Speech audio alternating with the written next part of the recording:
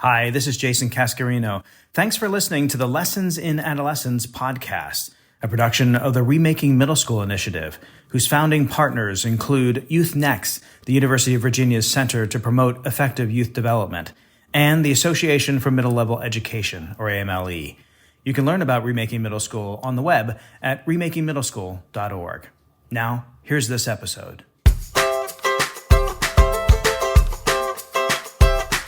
Hello and welcome to the Lessons in Adolescence podcast, where we explore the many facets that impact young adolescents in the middle school years, from the adverse to the awkward to the awesome.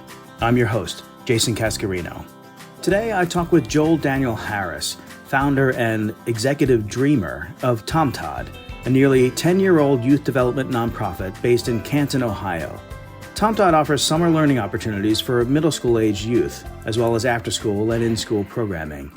It provides a variety of community-based immersive experiences for thousands of youth across Northeast Ohio that are deeply influenced by adolescent development and rooted in community and relationships, focusing on what young adolescents are capable of here and now, and not just in the future, which can work to change what most people think of the middle school period. We're very interested in saying, how do we change societal perception of early adolescence? And how do we change an understanding of what middle schoolers are capable of and the kinds of opportunities that we invite them into? And so organizationally, we're fascinated by those conversations. We want to share stories about middle schoolers that challenge the general broad assumptions that currently exist. We have a t-shirt that we like to wear that's, says act like a middle schooler on the front. Because if you tell someone that act like a middle schooler or that they are acting like a middle schooler, it's probably not taken as a compliment. But on the back of that shirt it says, be empathetic, be compassionate, be passionate, be caring, and be imaginative, and all these great attributes that we see middle schoolers demonstrate on the regular. That's what we want the general, broader community understanding of middle school to be about. In part one of our conversation, Joel Daniel and I talk about the genesis of TomTod, the attributes of summer learning that uniquely resonate with young adolescents, and the core elements of the program, which runs throughout the year in and out of school and has a special concentration in the summer months in partnership with an array of community organizations, businesses, and institutions. In part two, we talk about the influences of liberatory design, positive youth development, and social and emotional learning on the program, the complexities of measuring outcomes for programming directed to young adolescents, how TomTod is working to respond to the mental health crisis during the upcoming summer, and what the future holds for the organization in delivering programming and also building capacity in schools and school systems. That's in just a little bit. Now, here's part one of my interview with Joel Daniel Harris. Joel Daniel, it is a delight to get to talk with you. Thanks so much for joining me. Absolutely. I'm looking forward to it and I appreciate the opportunity.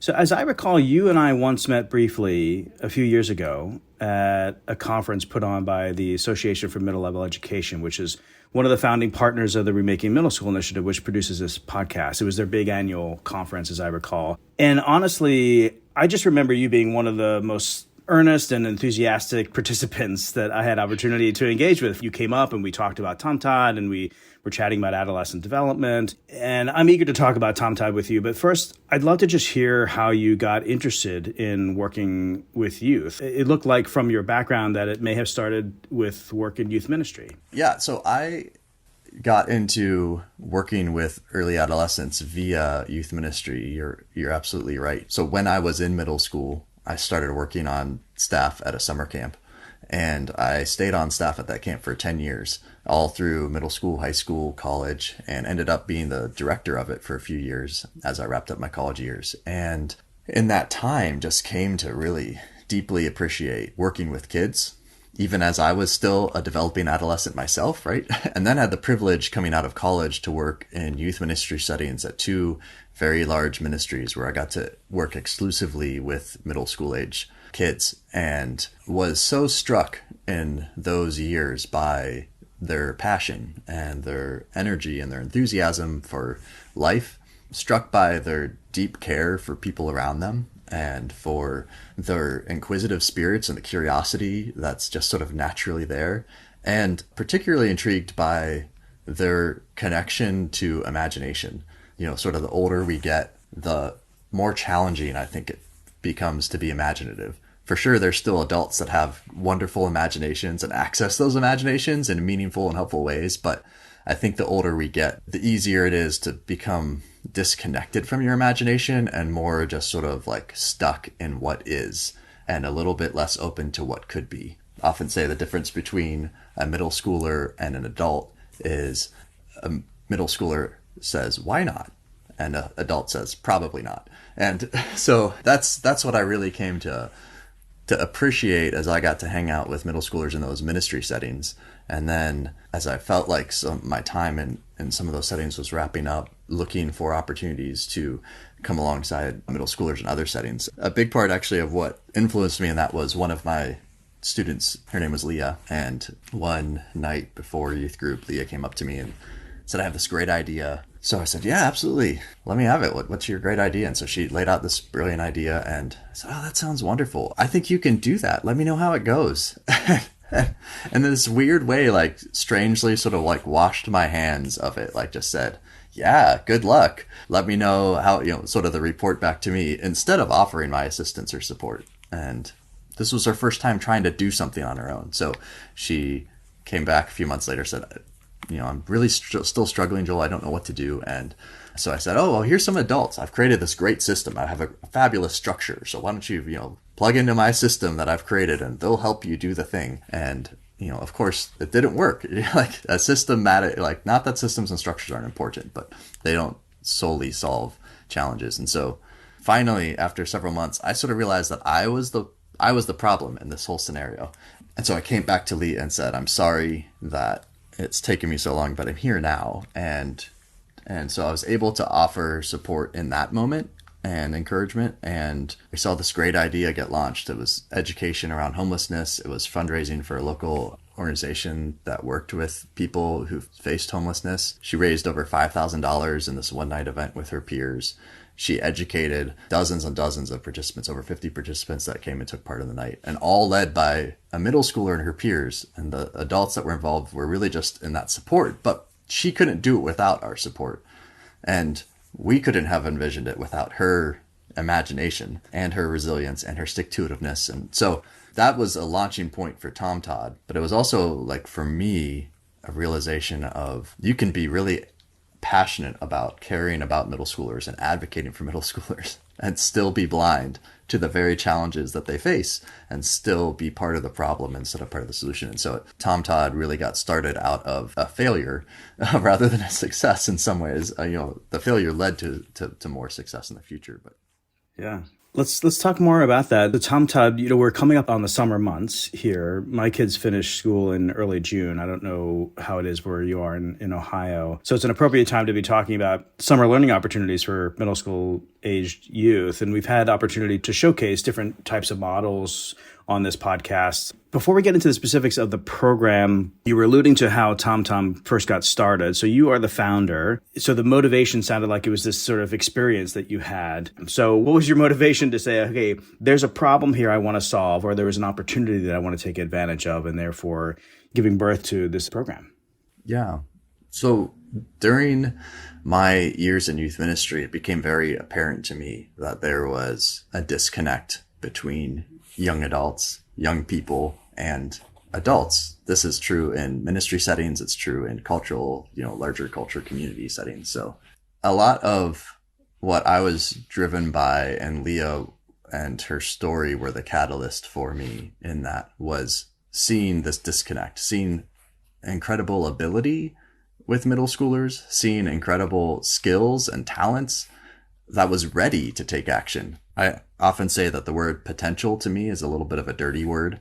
It's a way that sometimes we sideline people. We use it to say, you can't do something now, but maybe someday you could do something. But what I saw in middle schoolers was a real ability, not just for a someday future action, but for a right now, real time action, but a lack of opportunities for them to take advantage of those abilities, for them to put those abilities that they had into practice. I was really driven by seeing this need for middle schoolers to be taken seriously and to be given platforms to put their abilities into motion and not just be trained for some distant future.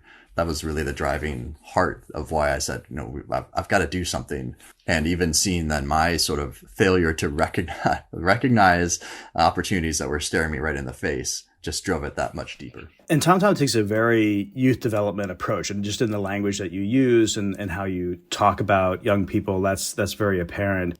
As I mentioned, I've had the opportunity to talk to a few leaders in the middle school space that focus on summer learning programs. And I'm always interested to know in how summer learning can be especially an opportune time to engage young adolescents. And I trust you agree with that, but maybe you can share some thoughts on how summer learning opportunities may be especially attuned to kids of this age.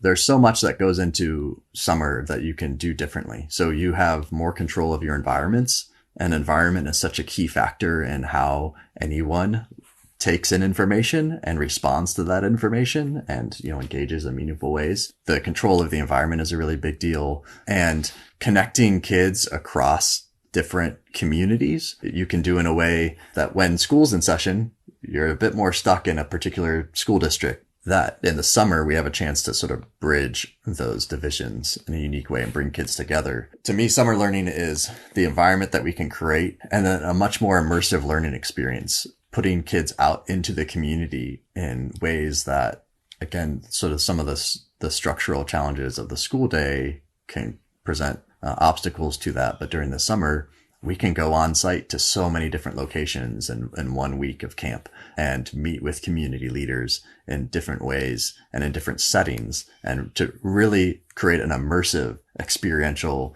learning opportunity in ways that are more difficult in sort of traditional school settings.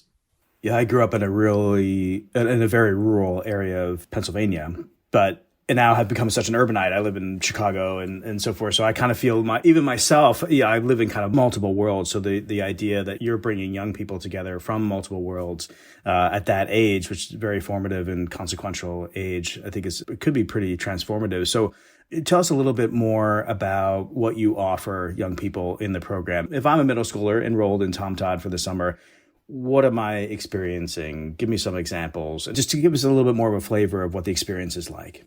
TomTod offers programming year-round. So we do school-based programming during the school year. We do after-school programming in partnership with school districts. We do project-based mentoring. So when students come up with ideas through school-based programming, through our summer activities, we help work alongside some of those ideas to put them into motion, or we connect them with community organizations or community members that can help those ideas go into motion.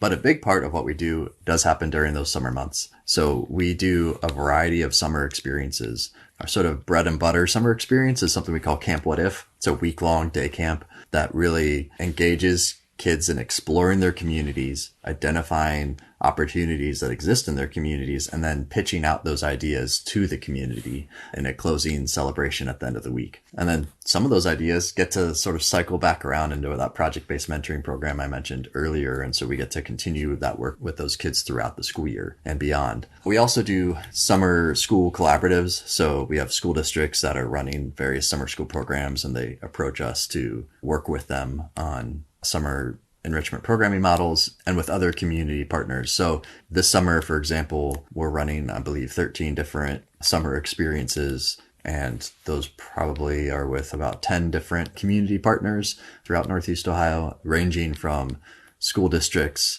to cities to chambers, libraries, and so really a diverse set of partners that we get the joy of working alongside. Our summer camp model really follows the first half of the week is all about immersive exploration of communities. So we take kids on, we call them quahas, or community-wide human adventure hunts. And it's sort of like a scavenger hunt meets geocaching, meets community exploration, meets person on the street interviews. I mean, sort of all mashed up into one, where they're just getting a real fast taste of like, what does my community look like from a lot of different angles? And then they plunge into these learning labs. And so over the course of just a couple days, they'll go on a variety. Last year, every week, we had over 20 learning lab experiences. So the students experienced these in small groups. So they weren't experiencing all 20, they were experiencing a subset of them. But as a camp, we had these 20 different experiences that then sort of became the institutional knowledge of that week of camp. And we try and spread those across all the different sectors that help a community grow and thrive. So education, healthcare, government, social services, arts,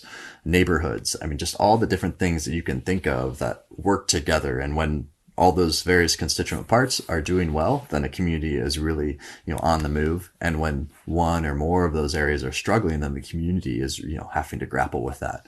And so we try and get students, different perspectives and insights. They're doing behind the scenes tours. They're exploring those various organizations, strengths and weaknesses, opportunities and threats. And we do speed networking. We call it a SIP panel or a speedy interview plunge event where in small groups, these kids, 2 or 3 campers, are interviewing community leaders, and they rotate around in these 7-8 minute formats. So it's trying to make all of these learnings as accessible and intimate as possible, so that middle schoolers feel like these are adults that are taking me seriously, and that the adults get to see middle schoolers in a different way. So often adults walk away from these experiences and they're like, those were some of the hardest questions I've faced. I had no idea that middle schoolers were able to think in this way, or that's some of the most creative thinking I've seen, in the recent year. Like, it's really about changing perceptions on both sides in a lot of ways. So that all happens, and we jam that in about 3 days of very intense experiences based out of a headquarters that is in the community. So we don't actually have a physical space that we host kids in. We very deliberately either go to where middle schoolers are at, to their schools, or to community partners where middle schoolers gather, like libraries or YMCAs, or we bring middle schoolers to other community organizations that would benefit from connecting with them. And so we'll host our summer camps on site at those community partners. So then the second half of the week, kids start to ideate. And so we gather all these ideas in small group formats and large group formats, and then we walk with the students through exploring those ideas, through elaborating on them. We use a yes and, sort of improv guided experience to help expand them out. And then the campers, we work with them to narrow those ideas down to a top handful, and then they dive back into exploration and research, and they call community leaders and community members. They follow up with organizations that they met earlier in the week, and they create these pitches and share those out like a real fast prototype version, so that by the time we get to closing program on Friday evening, they've got some sort of concept that they are specifically casting vision for back out to the community. And this all happens in a pretty condensed period of time. And do young people experience this just once, or do they go through this multiple cycles during the course of the summer? Do they sign up for a week, or can they sign up for multiple weeks? And do they, add on to each other, or are they unique or, defined experiences week by week? Yeah, so in a given summer, they're discrete experiences where they'll come to one specific experience. We might get some campers that, are part of their school district experience and then come back as part of a city-based experience. So there might be some overlap, but generally speaking, the majority of kids that come to camp are experiencing a 1 week summer experience, but they do come back year over year. And the experiences year over year differ enough that they're experiencing the same sort of concepts and theories, but they're visiting different partners and they're engaging with different community leaders. And so we see a lot of that repeat desire from campers because they had so much fun, but then were taken seriously in a way that they just quite bluntly aren't used to and are ecstatic about. A common feedback that we get is, I was so excited about this adult that was listening to me and took me seriously and engaged with my ideas, that they want more of that. That was part 1 of my interview with Joel Daniel Harris of TomTod.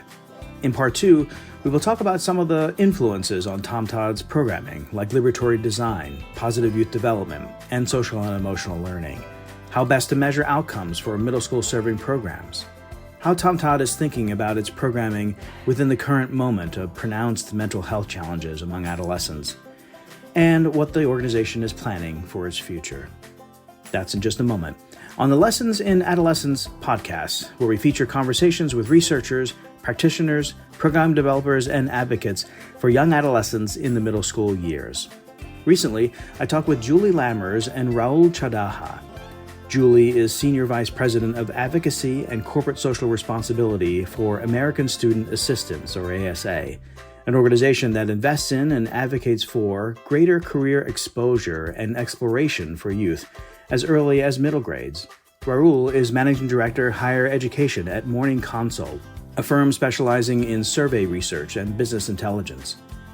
In our conversation, we dive into a soon-to-be-released survey of employers and adolescents around alternative or non-traditional or non-degree post-secondary education opportunities. These multiple pathways lie at the complicated convergence for adolescents. They are drawn to them, in part as a means to avoid costs and likely debt involved in going to college, but they also have a prevailing mindset, heavily influenced by the current system, that traditional college is still the best pathway to a good, well-paying job.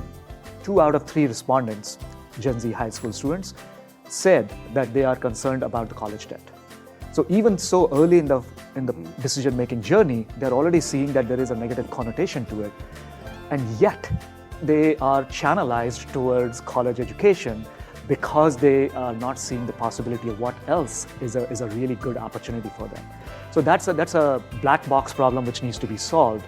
There is an intention, but there is a lack of action. So and one of the challenges that I think from a policy standpoint we've got there, right, is that debt may be a challenge for people to manage, but right now it's one of the only ways to finance higher education, right? So federal and state education financing doesn't necessarily cover a lot of the diverse pathways we're talking about. And so if I want to pay for my education and I don't have the means to do it, out of pocket, then the federal policy sort of shifts towards the more traditional paths. You can catch all of my conversation with Julie and Raul in a previous episode. And now, returning for part 2 of my conversation with Joel Daniel Harris. What you described in this programming is very much in the spirit of human-centered design process. And I had the opportunity recently on this podcast to speak with some educators in Chicago who were using the Liberatory Design process to understand ways they could be better aligning instructional practice and school environments to the developmental needs of young adolescents. And as I understand it, you use the same model, the Liberatory Design model, in your program with young people. And how much do you sort of name explicitly or intentionally, like, this is a way to sort of approach problems or the world? You sort of kind of teach them the design process in a more sort of intentional or explicit way? Yeah. So I love the Liberatory Design model. I think it's brilliant. So TomTod is just turning 10 this fall. So pretty early on in our history, we got connected into human-centered design approaches. And so our development organizationally and the scaffolding that we explore with kids was deeply influenced by that human-centered design. And then as we were connected into liberatory design thinking models, what we've tried really hard to do is to take the best that we can of everywhere that we can. Deeply influenced by liberatory design models, deeply influenced by positive youth development research, and particularly, the various articles and research that Lerner put out through Journal of Early Adolescents, deeply influenced by Sell and Castle specifically, and sort of their approaches, that we have students do modified, like the Lean Business Model Startup Canvas. We have a modified version of that business model canvas that we use with kids. And so the answer of, do we explicitly address these things or do we not? It's a little bit of both and. So I would say we pretty regularly cite where our research is coming from to anyone that's interested and where our influences are coming from. We haven't always found it beneficial to have kids memorize a particular way or to overly directly influence that necessarily, but we're more interested in sort of imbuing them with broader approach of mindsets that can help inform their ways forward. Every group of kids that we work with is coming from particular contexts, and every community that we're partnering with has particular history that we need to be ready to respond to and grapple with. And so our tools need to be very interchangeable or responsive, or okay, no, this is not the right order for here because we need to follow this conversation where it goes, because that's where you're going to have those aha moments with kids and communities. You talked about SEL, at least from your website and the materials that you offer. And I think you've talked about here, positive youth development, outcomes, 21st century skills. When you talk about outcomes, I imagine you have to articulate outcomes to a variety of, you have a lot of partnerships in the community and with school districts. So you probably have funders and so forth. How do you measure results? How do you articulate what the young people are getting out of it and the impact that you're making? Measuring outcomes and demonstrating progress has been a continually evolving experience in TomTod. And I think that's what it should remain being. Things that we know about middle schoolers, they are in this learning mode, and that the content that they're in this open-minded exploration mode, and the content that we're trying to explore with them are those things that are really difficult to measure. And so if we try to measure them in too directive ways, then we end up either potentially undoing some of the work that we're trying to do through establishing relationships and establishing trust, or we create outcomes that aren't particularly honest. The critique that I have of a lot of the tools that are out there is that they're developed by adults from an adult-centered mindset for adults, because that's who you have to prove your outcomes to, is other adults.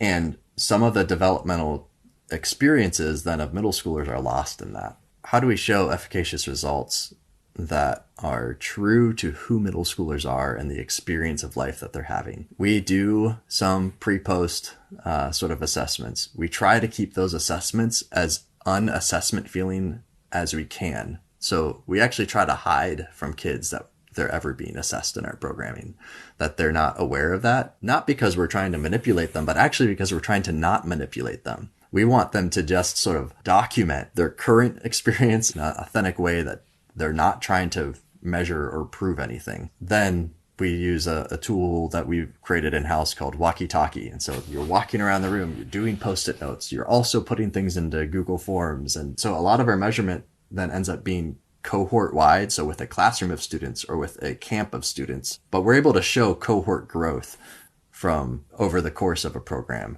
And that cohort growth then indicates that we're on the right track. And then along the way, our team are also doing those check-ins with individual kids and making sure we don't miss the individual in light of the larger group. One of the ways that we've done this as well is that we will take some of that data that's gathered, the words that kids use in the walkie-talkie setting, for example, and we'll do pre-post comparison of the specific word choices that they make, and then show a growth over the course of a program based off of their word choice.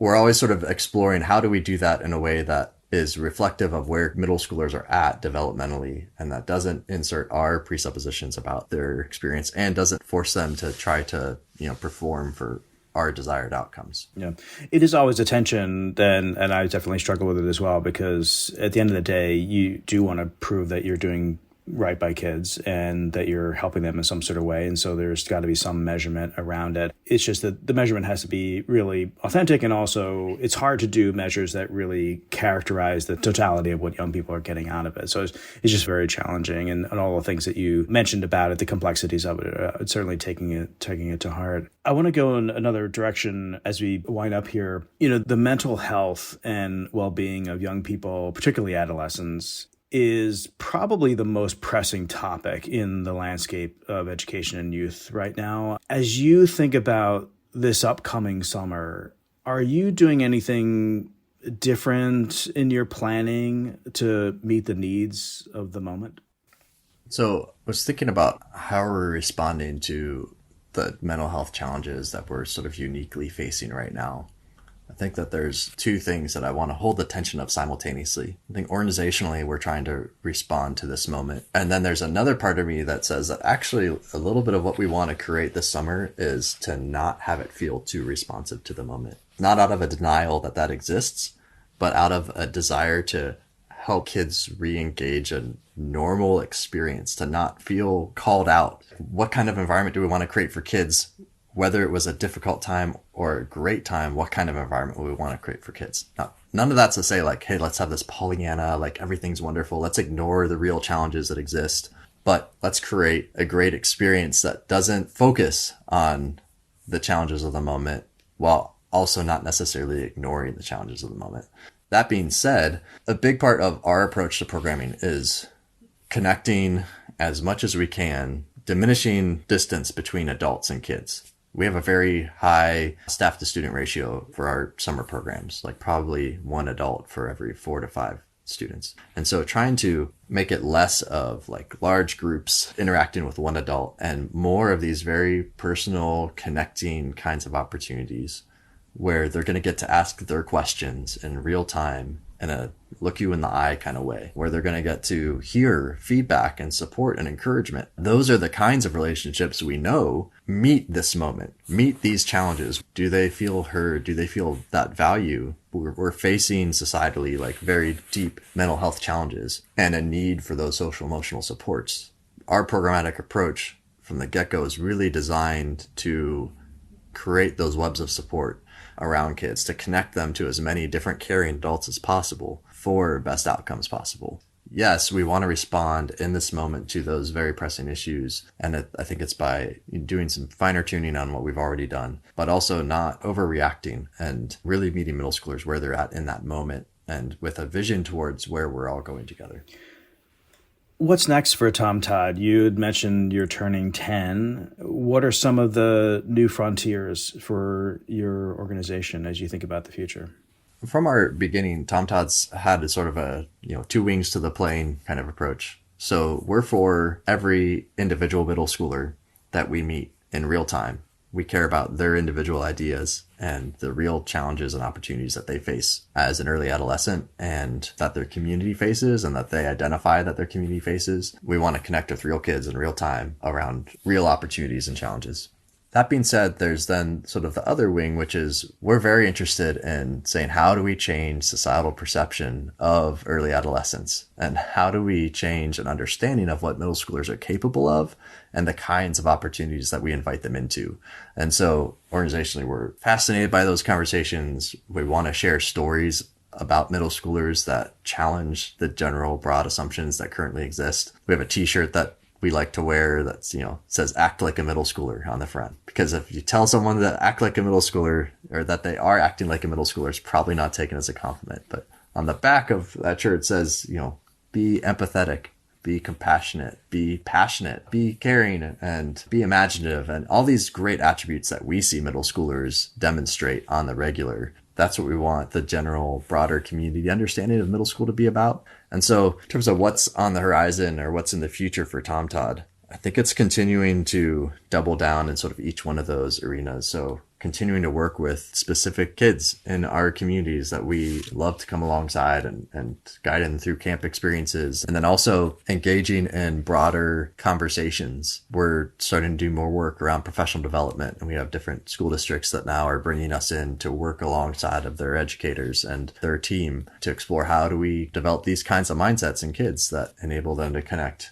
in meaningful ways into their community. I think engaging in those PD kind of environments will be part of what helps us to continue to be part of that drive forward, that second wing of the plane of how do we change societal expectations of what middle schoolers are capable of, the kind of environments that we invite them into, the kind of environments, educational environments we create for them, the whole Remaking Middle School initiative. I mean, that's so fascinating to me and exciting for me that those conversations are being had.